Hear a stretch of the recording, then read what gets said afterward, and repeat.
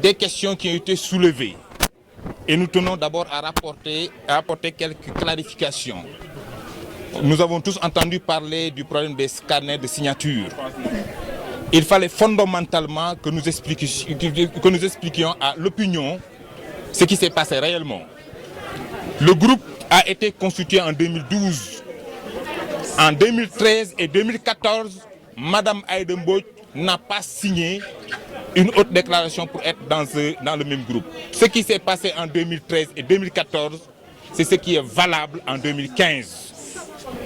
Dans d'autres groupes parlementaires aussi, ça doit être la même chose. Les signatures de 2012 sont les signatures qui sont toujours valables. Il n'y a pas eu de démission dans notre groupe. On ne pouvait pas extirper des députés qui n'ont pas présenté leur démission. Donc, pour répondre à cette question, il fallait apporter cette clarification par rapport à Aïda Mbodj qui dit que nous avons scanné des signatures. Je parle après, vous allez. Maintenant, je voudrais, avant de commencer, les réformateurs, dans leur intégralité, renouvellent leur soutien au frère Modou Diagne Fada. Et nous lions tous nos sorts au sort du président Modou Diagne Fada. Il faut que ce soit très clair. Nous sommes dans un combat que nous avons posé pour renouveler le parti, pour avoir un parti rénové, pour avoir un parti neuf, pour avoir un parti attrayant. Un parti qui puisse jouer son véritable rôle dans l'opposition. Et malheureusement, nous avons remarqué que tel n'a pas été le cas depuis 2012. Et c'est la raison pour laquelle aujourd'hui, nous avons à l'unanimité fait cette motion que tout sort qui s'abattra sur le frère Modou Diagne Fada va également s'abattre sur nous autres membres des réformateurs. Et parlant maintenant de l'exclusion, nous l'avons entendu parce que nous n'avons pas encore eu de notification officielle. Nous avons demandé la notification officielle parce que nous sommes dans un parti politique et les partis politiques sont régis par le COCC, le Code des obligations civiles et commerciales. Il va falloir que nous ayons une notification officielle. Au cas contraire, nous allons saisir un huissier qui va aller voir M. Omar Sarr et qui va l'entendre afin qu'il puisse nous donner cette lettre d'exclusion. Mais l'exclusion, comment l'exclusion a été prise? Les textes du parti sont clairs. L'article 14, alinéa 2 des statuts du parti disent que le secrétariat national est composé de 25 à 50 membres. Hier, beaucoup de journalistes étaient là-bas. Ils ont convoqué un secrétaire national élargi au comité directeur où il y avait 200 membres. La commission de discipline n'existe pas dans nos partis. Pour dire quoi? Pour dire que cette décision qu'ils ont eu à prendre hier est une décision illégale que nous n'acceptons nulle part. Cette décision, elle est nulle et de nul effet. Nous n'acceptons pas cette décision qui a été prise. Mais rappelez également que par rapport à la composition du secrétaire national, le frère Omar Sarr avait dit en comité directeur que ce secrétaire national n'a pas été installé. Et il fallait attendre l'arrivée du président Abdoulaye Wade pour installer ce secrétaire national. Donc ce secrétaire national n'avait aucune légalité de statuer parce qu'il n'a jamais été installé. Mais également, rappeler que comme nous sommes régis par des statuts, l'article 14 nous donne la possibilité de convoquer le congrès du Parti démocratique sénégalais et nous allons convoquer le congrès du Parti démocratique sénégalais. Si nous arrivons à mobiliser les 2/3 des fédérations, nous avons le droit avec nous pour convoquer ce congrès parce que simplement nous voulons montrer à l'opinion que nous avons la majorité avec nous.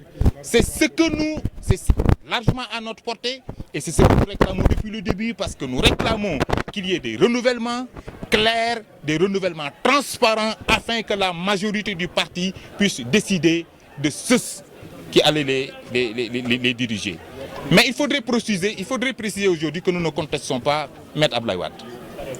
Maître Abdoulaye Wade sera notre inspirateur éternel. Si Maître Abdoulaye Wade veut rester secrétaire général, nous allons le reconduire comme secrétaire général. Oui. Mais pour ce qui est du reste du bureau, nous allons fondamentalement changer des gens qui sont là depuis 2012 et qui n'ont gagné aucun combat, qui n'ont mené aucune lutte. Ils disent que le groupe parlementaire ne travaille pas, mais conviendrez avec moi que c'est le parti qui ne travaille pas. Parce que pour ce qui est du groupe parlementaire, tout ce qui pouvait être fait au niveau de l'Assemblée nationale, nous avons utilisé tout l'arsenal juridique. Nous avons utilisé la motion de censure, nous avons saisi l'Assemblée nationale dès l'installation du bureau en 2012, parce qu'il n'y avait pas la parité qui était respectée. Lorsque l'immunité parlementaire des Omar Sarr devait être levée, et lorsque le procureur de la CREI avait envoyé une note à l'Assemblée nationale, nous l'avions dénoncé en notre temps. Tout ce qui est possible à l'Assemblée nationale, nous l'avons fait, et ceux qui en doutent encore peuvent toujours consulter les archives des journalistes. Dire également que nous avons un parti et nous sommes majoritaires dans ce parti. Nous allons entreprendre une tournée nationale d'explication aux militants, parce que le dernier mot revient aux militants. C'est à eux de prendre les décisions de la marche. Parce qu'on ne peut pas être dans un parti, on n'a pas le droit de dire ce que l'on pense. Nous allons retourner vers les militants, nous allons faire une tournée nationale et nous allons les écouter.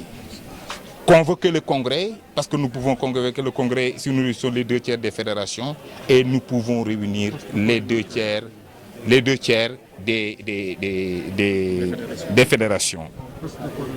Mais rappelez également que nous sommes toujours ouverts au dialogue. Nous restons ouverts au dialogue. On nous a éduqués dans ce sens. Maître Abdoulaye Wade a été notre mentor politique. Il nous a appris les rouages de la politique. Mais notre éducation intrinsèque, chacun parmi nous que nous avons reçu dans nos éducations, nous pousse à toujours privilégier le dialogue. Et je pense que si l'autre camp avait privilégié le dialogue, 2 jours avant ou 3 jours avant, on n'en serait pas arrivé là. Et que durant le congrès, également, même si nous ne contestons pas Maître Abdoulaye Wade qui restera secrétaire général s'il le veut, nous allons introduire certaines nouveautés.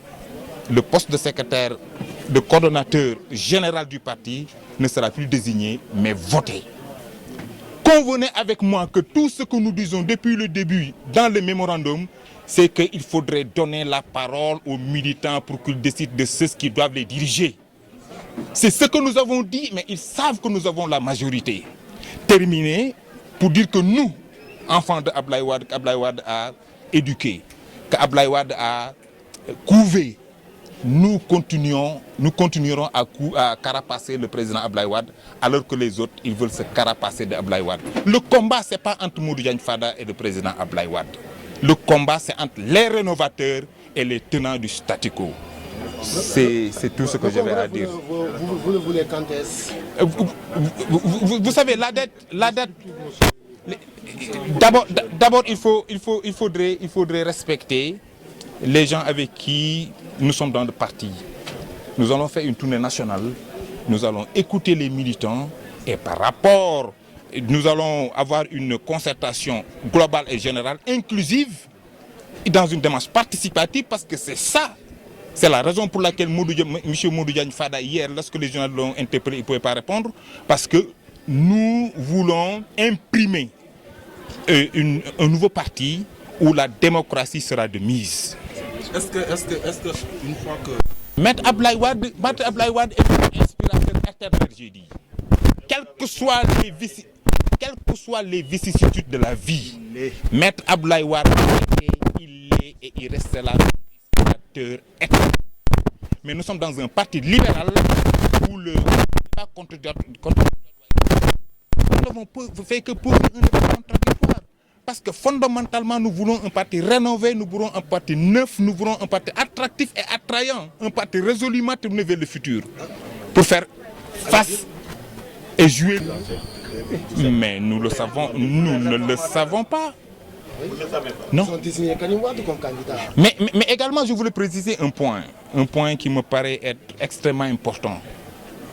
Ils ont dit que nous n'avons pas respecté les directives du comité directeur. Mais je veux rappeler à l'opinion que Mme Aïda Mbodj a défié le congrès qui est l'instance suprême du parti.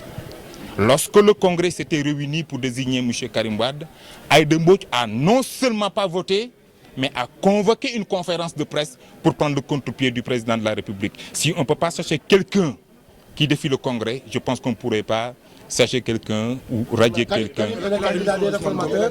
Karim est le candidat. Non, il faut comprendre, il faut que ce soit clair. Karim est le candidat des réformateurs. Mais je réponds, laissez-moi répondre. Allez-y. Laissez-moi répondre. Allez-y. C'est-à-dire que nous avions dit jusqu'à la preuve du contraire.